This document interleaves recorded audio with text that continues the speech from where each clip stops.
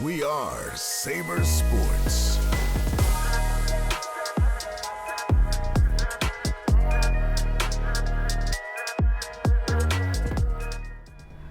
Welcome back to Saber Sports. I'm your host, Simone Steffen, joined by the incredible team at the desk, Shane Fordham, Chris Zellis, Jeremiah Williams, and Tamir Jean-Charles. To start the show off, the Celtics are seated comfortably at the top of the East, with Jason Tatum as an MVP candidate this year. Shane, who out of the conference will be Boston's biggest threat in the playoffs? 2 words for you, Simone. Jimmy Butler. I think Jimmy Butler and the Miami Heat are going to be the Celtics' biggest competition coming out of the East because of how much better they play towards the end of the season. One, Jimmy Butler himself, he's a different animal in the postseason. He's the only superstar in the East other than Giannis who has that killer mentality, that Michael Jordan assassin, that slap you in the mouth like I'm your mama mentality. He's always going to turn it up a notch in the playoffs. And playoff Jimmy, to me, is a top 5 player in the league. At least he plays like one. He's dominant on both sides of the ball, and the way he elevates this team, like the way he elevates this team to a whole nother level in the playoffs. The way they can pretty much do anything you need a championship team to do. Play defense, they can score, they can run the floor well. They're fast, they're young, they rebound. You know, the undersized Warriors, what I call the undersized demons, they play such great basketball in the postseason. And it all starts with Jimmy Butler. So I think the biggest competition the Celtics have will be the Miami Heat. Interesting take. I would definitely go for the Bucks just because the addition of Damian Lillard. Giannis is obviously Giannis. I do agree with your Heat take, though. I'm a big Jimmy Butler fan, especially a playoff Jimmy Butler fan, but I don't know if his teammates are going to lock in for him. So it's now good that they get the addition of Tyler Hero because they haven't had him in the playoffs for like last 2 years or something. Terry helps. Terry does help. Duncan Robinson. It seems like Bam is actually figure out who he is as a player, and he's not inconsistent. We know we're going to get Bam from night in and night out. His best scoring season as well. Exactly. So I don't hate that take, actually. That's the Heat. Jaime Jaquez, good rookie. Yep. He's been playing really well. But Dame time, Giannis, Middleton, Brook Lopez, I got those guys against the Celtics. This is crazy because it's the second week in a row I have to agree with Shane. It's wow. We're breaking new ground. Facts. Rare. Breaking new ground. Definitely Miami. And Shane, you mentioned, Jimmy Butler, but you also got to remember Bam is there as well. Definitely. Averaging 20.8 points per game. Jimmy Butler always is going to show up in the playoffs. And averaging a double-double rebounds too. Facts. And it's funny because Miami plays the long game. Like they don't start off the season really well, but then when it's playoff time, they find a way to get it going. Right. And my thing that I'm afraid of for Boston is Miami. Like you have Eric Spoelstra as a coach, right? He's like I think the best coach in the Eastern Conference, arguably in the NBA. Yeah. So when you have that person behind you in the playoffs, when it's time to really look at and hone in into one team, you have to remember the Miami Heat are going to do one thing to Jason Tatum, and that's neutralize him. Basically, what they're going to do is make Jason Tatum and Jaylen Brown beat me. Make them shoot jump shots. And when you just do that for Boston, it's hard for them to figure out how to win. Right. So I think with Miami, they give Boston a hard time because it seems like they always have their number. Each year, like last year, it was very close. It went down to the wire again. So I think Boston is definitely going to have trouble with Miami. I'm going to go back with my boy Tamir and go with Giannis and those Bucks with Damian Lillard. When you look at this team, they have everything they need. Giannis, having a Giannis year, of course, 30 points per game, 11 rebounds and 6 assists. Dame coming right behind him with 24 points, 5 rebounds and 7 assists.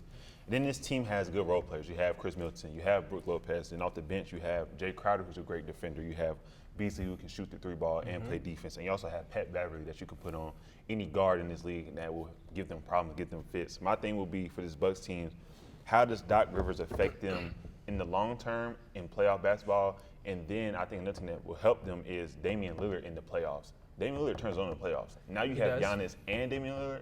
Damian Lillard carried Portland for a long time in the playoffs and just didn't have any help. So now that he has help, what does that look like for the Bucks in the playoffs? And that's why I think they'll be the Heat. I'm not mad at the Bucks. It's just my problem is, number one, Doc Rivers. I don't trust him in a series. I'm sorry. I just don't trust him. Like, his record shows otherwise. I just don't trust him. Number two, Chris Middleton.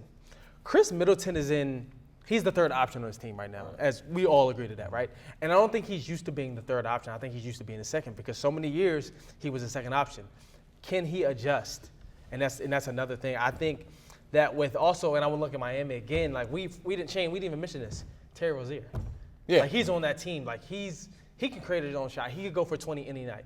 If we can get the Terry Rozier from Boston and Charlotte, oh Lord, it's scary. See, going off of that though, I think what makes this Miami Heat team special is that you can get 20 from anyone on any given night. You don't know. know. You never know who it's going to come from. Right. So the fact that you have a team like that can just kind of get on a heat seeker late in the season, late in the postseason, and the fact that they are led by who will go down as one of the greatest NBA, one of the greatest coaches of all time in Eric Spoelstra, and then one of the greatest playoff performers in the game right now in Jimmy Butler. But then they're just so deep. I mean, this team honestly is better, at least on paper, than they were last season. You know, with the addition of Jaime Jaquez, who really reminds me of a Charles Barkley. You know, a smaller guy who has the quickness of a guard but is aggressive in the paint as if he's a big. That's a good comparison. And then like you said with Terry Rozier, he's a guy that can score, but he's also a guy that can facilitate and just move the ball around. You know, so they have different places where they can get points on any given night. And then with Tyler Hero being healthy,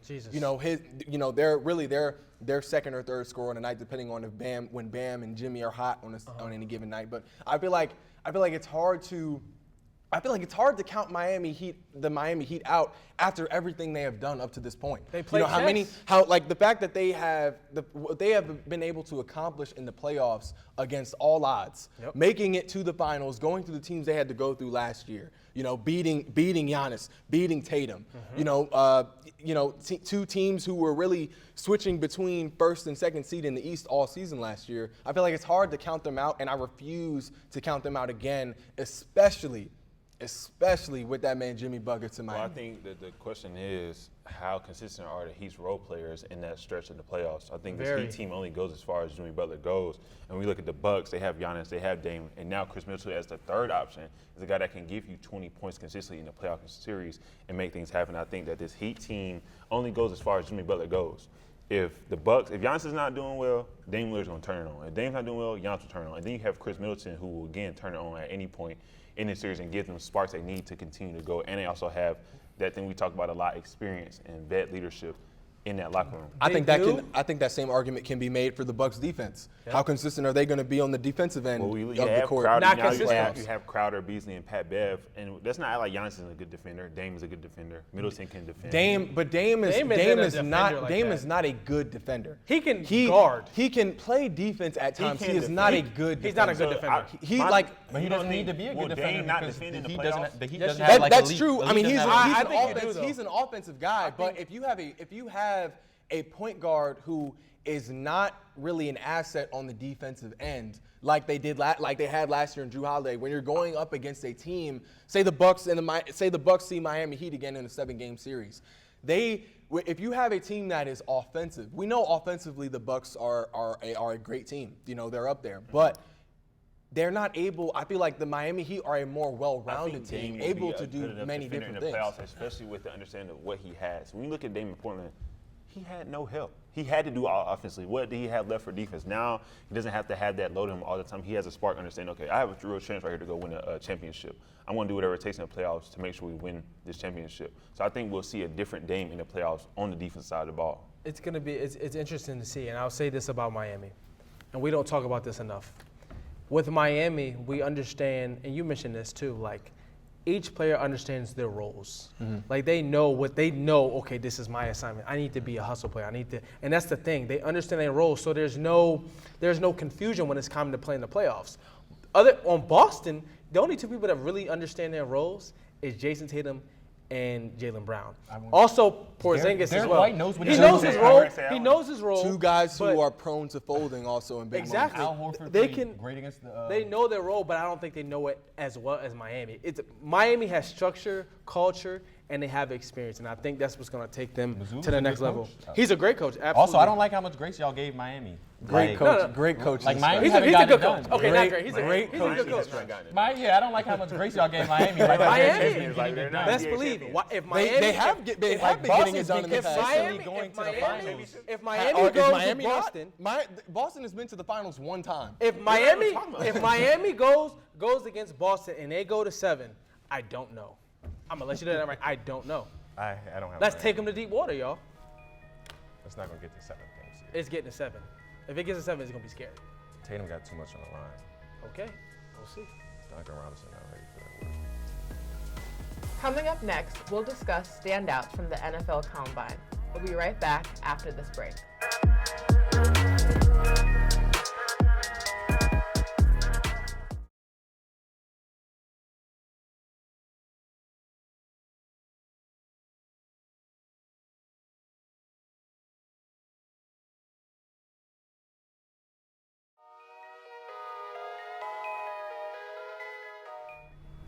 Welcome back to the show. Keith Norris Jr. joins the desk.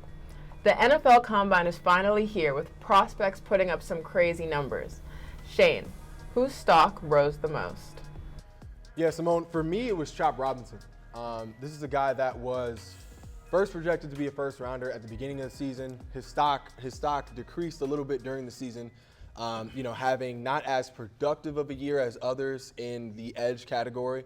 But, I mean, this dude's 40-yard dash at the combine, he ran a 4.48. Jeez. His 10-second split was fourth, I think, of all time in edges under 250 since 2003. And then if you watch this dude tape, he definitely passes the eye test. If you watch this guy's tape, his first step is just so lethal off the line. I mean, and that's what pass rush is about. It starts with that first lethal step. You know that you gotta. That's what makes the move. That's what makes your rush moves off the line of scrimmage so successful. Is off of your burst. Okay. And this dude's burst, he might have one of the best bursts in the draft. Honestly, he might have one of the best bursts in the draft. You know, there are other talented edges in the draft like Liatu Latu. I'll talk about him in a minute. Verse out of Florida State, Dallas Turner from Bama. But I think Chop really stands out to me because he's a speed rusher that has the ability to go speed to power. And I think I think his draft stock rose because now I believe he's projected to at least be the 22nd pick, which is for the Eagles, and I think that he would be honestly I think that's what it is. I knew it was something. I knew it wasn't just I like his stock. No, it's the Eagles. This isn't biased. This is the Eagles segment. I swear this isn't biased.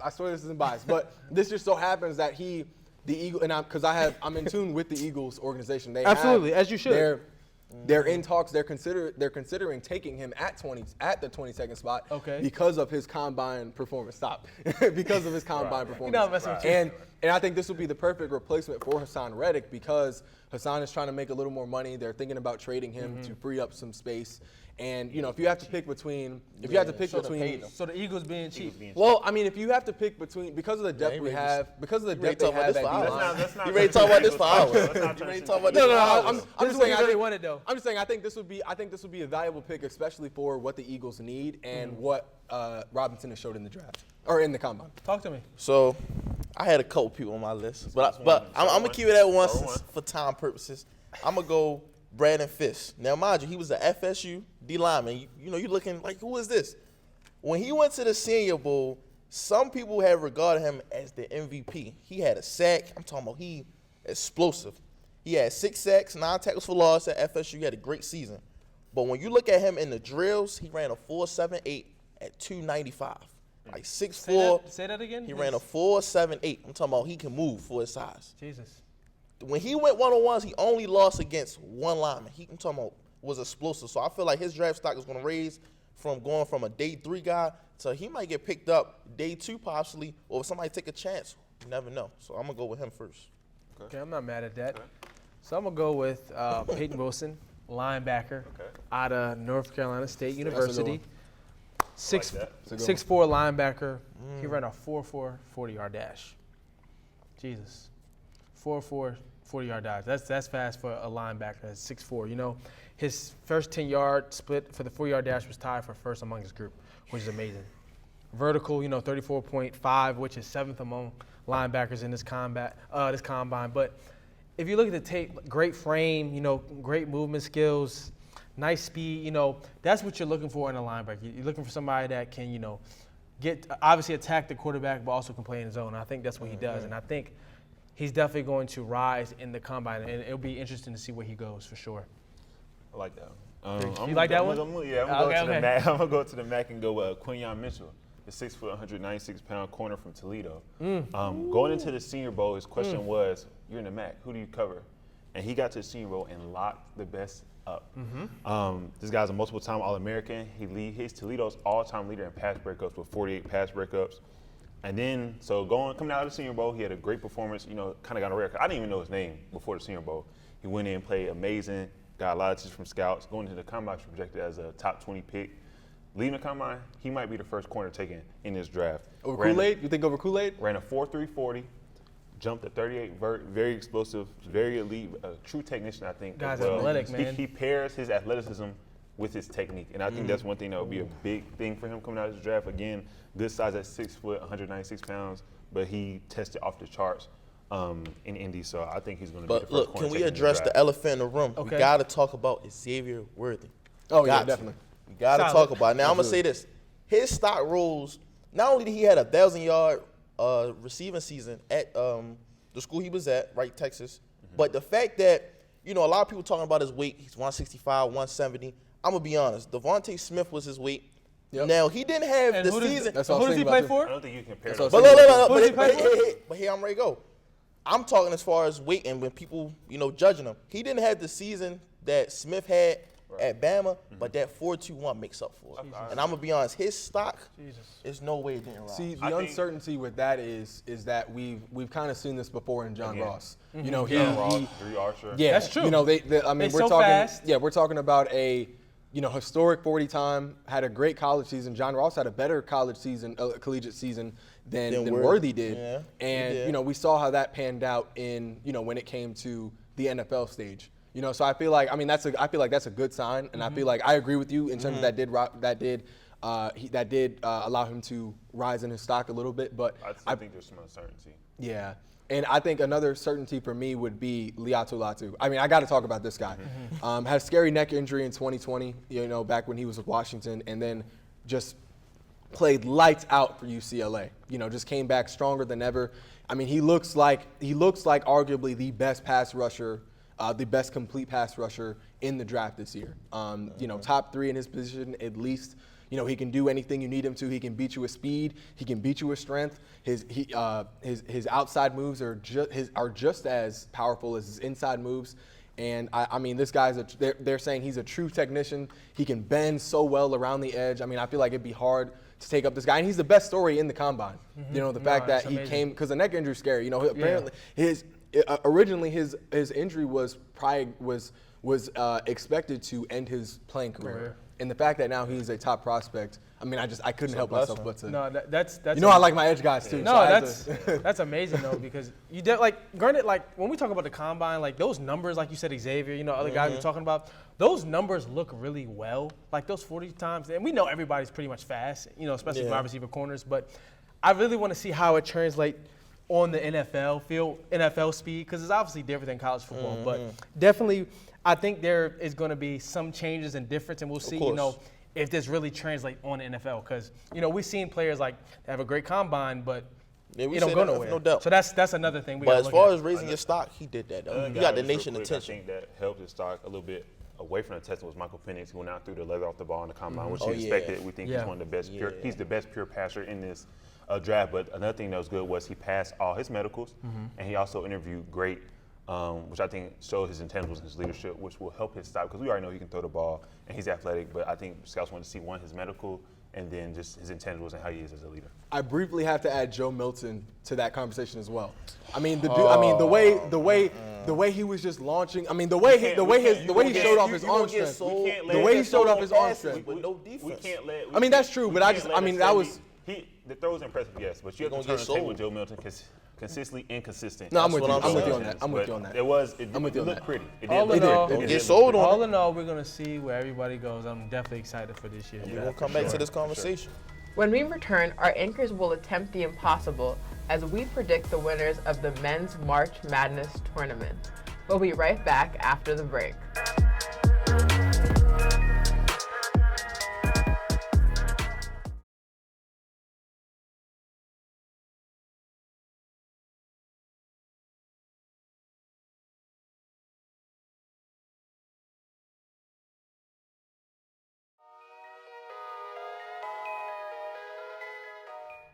Welcome back to the show. March is here, which only means one thing, March Madness. Chris, who do you think will have their shining moment this year? I'm going to go with the Purdue Boilermakers as my Miss March Madness predictions. This team is 26-3. They're the #2 team in the country. They have the best college basketball big probably almost in a while. He's very dominant. Zach Edey, 7'4", 300 pounds, can move, can work in the post, can defend. He's averaging 24 points a game, 12 rebounds, 2 assists, but he stays in the post. This Purdue team is very good. They beat 6 top 12 teams this season.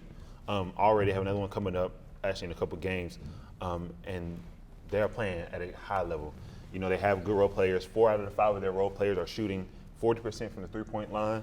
4 of the 5 starters are averaging double figures.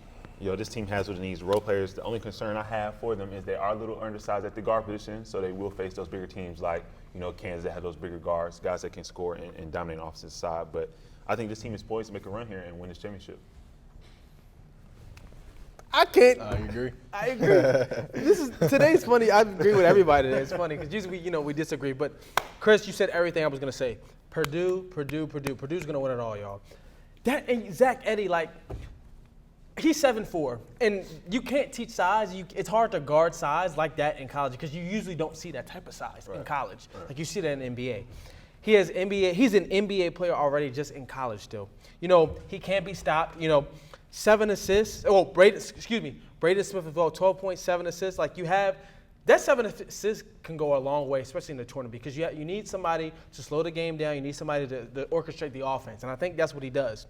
When you have those 2 players, you're able to, give the ball to Smith, to Zach. Sometimes you're able to switch it up, and I think that's what you need in March Madness because you don't want to be too predictable. And I think with the Purdue team, they're not predictable. There's things that can hit you from inside, they can get you from outside. So I think that Purdue is definitely going to win it all this year. I considered Purdue, but I'm gonna go to Texas with it, and I'm gonna go with the Houston Cougars to win it this year. Mm-hmm. I think they won it 2 years ago. They're a really big defensive team. They don't really shoot that well from 3. I think the highest player is 38%. I know Purdue does shoot the ball really well from 3. Their whole starting 5 is in high 40s. Obviously, Zach Edey, 7'4", 300 pounds. Mm-hmm. But I feel like if you're a good defensive team, you can chase teams off the three-point line. There really is no nuance to guarding Zach Edey. They're just going to have to figure it out. You're just going to have to figure it out right there. But LJ Cryer averaging 15.5 points per game. That's their starting point guard, most on their team. Jamal Shed, he just hit a game winner last night in the win against Oklahoma. They're one of the hottest teams in the country, one of the best defensive college teams in the past decade, I would say. So I'm going to go with the Cougars. I got to go with Florida. Out of the SEC, I got to go with Florida. Florida is easily the most complete team, one in the SEC to me. They can score, play defense, rebounding, and they're the best rebounding team in the SEC. Okay. We're talking about winning teams who win. Winning teams who win have quality big men. Florida has 4 of them. Tyrese Samuel, Alex Condon, Thomas Hall, Michael Hanlogton. These guys can score, rebound, and play defense. And then a couple of them are spot-up shooters as well. Mm-hmm. And then you have your 2 main scorers in Walter Clayton Jr. and Zion Pullen, 2 guys who can shoot, run the floor well, facilitate, and then Walter Clayton's case, knowing how to finish very well around the basket, around the rim. And then you also have to highlight their spot-up shooters and Will Richard. 33% from threes. And then one of their bigs, Tyrese Samuel, 42% from the 3. So I feel like Florida, to me, is one of the most complete teams in all of college basketball. And they honestly remind me of a Miami Heat team in that way. The way that you can get 20 from any one of those guys on any given night. Because all of those guys can get hot on any given night. And they're on a hot streak right now in the SEC. They're rising up in the standings right now. So I feel like for me, my pick is Florida. I like Florida. That team might remind me of Alabama. They had Javon Quinterly. Jelly Fam. Yeah. Jelly Fam. People don't know. They had Jaden Shackelford. Yeah. They had a lot of guys on that team a couple years ago or a year ago who could get buckets. So that's interesting. And when you think about this too, depth is what Depth is what wins in March Madness too. Mm-hmm. If we look at this Princeton team last year, the run they made in last year's tournament, they had multiple guys who could light it up from three. That was their game. And I feel like I can see that in Florida, having multiple guys who are shooting above 35% from the three-point line, who can really score on different levels, but also rebounds. Also, being a leader, being the leading team in rebounds in the SEC is a big deal to me as well. It's funny, obviously March Madness, is literally win or go home. Right. And this is when the stars need to come out. And this is why I want to bring up another person and another team, obviously, that I think can make a big push as well. And I think we all agree, Arizona with Caleb. Caleb Love, yeah. What? Caleb Love is an amazing player. Almost 20 points per 20 game. points per game, can move without the ball, can handle the rock, can control the tempo. I think a team like that, when you have somebody in your corner like Caleb Love, I think can go a long way. So it'll be interesting to see, but I think it will definitely be between Purdue, Florida. I'm not mad with any of you guys take. Right. Purdue or Florida for sure, I think, have the best chance to win it. I'm going to have to cut you guys off right there. We now go to reporter Jonathan Ward in the field. That's all I've been doing for the last 30 years is coaching. And those 30 years have brought many, many, many titles. My name is Maurice Pierce. I'm the director of track and field here at Hampton University. And while success may seem easy for Coach Pierce, it took years of hard work, dedication, and the help of a couple of people along the road. Coaches, whether they were my youth league coaches, middle school coaches, or high school coaches, or college coaches, all played a significant role in the development of me. At that point, my why is always, I do it because somebody did it for me. And they did it for me, and I'm in the position I am now, is because they sacrificed their lives to make sure my life was successful. A native of Newport News, born and raised, the 757 is no stranger to Coach Pierce. I like to think that my role into coaching allowed me to be successful because of the blueprint by some other high school coaches here, professional coaches that are here. So I just followed suit and tried my best to continue to follow greatness. I don't know if I can continue for 25 more years, but that's my goal, to uphold the standard. While those 25 years may or may not happen, Maurice Pierce's impact as a coach, mentor, and leader will last for years to come. From Holland Hall, I'm Jonathan Ward, here with Saber Sports. Thanks, Jonathan. That's all we have for today's episode. Be sure to tune back in with us next week on WGNT 27. I'm your host, Simone Steffen, and you're watching Saber Sports for your favorite sports.